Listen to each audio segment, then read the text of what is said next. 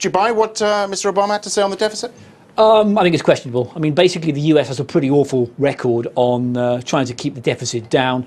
If you're going to start improving your infrastructure in the manner he's talking about, I think you're going to have to start cutting elsewhere, particularly, of course, the fact that over the course of the next 5-6 years, we're going to start seeing a huge wave of entitlement spending starting to kick in as well. So I think he's got a big job on his hands there. How worried, though, is the market now about this next stage in this whole process? Clearly, fiscal cliff was an issue, then we've moved on. We're at the second part of this worry now. Has that been pushed aside, or is it lurking? We pushed it down the road rather than pushed it aside. I mean, basically, by the time we get to May, I think that's the point at which markets will start to worry about it again, unless, of course, the US has found a solution to that problem, which I think most of us think is unlikely. G7 confusion on the yen statement yesterday. I mean, that was quite remarkable. Is Japan under fire? Well, yeah, I think it is.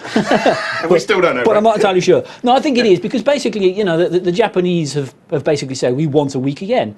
Everybody would love a weaker currency, but of course it's a zero-sum game. If you weaken the yen, somebody else has to suffer the consequences of a stronger exchange rate. And I think, given the magnitude of the weakening of the yen that they're talking about, then certainly that's going to be a cause for concern. Bad communication like that is unusual at this level, but we've seen it before. That sort of market reaction talks to how jittery things are, I imagine, right?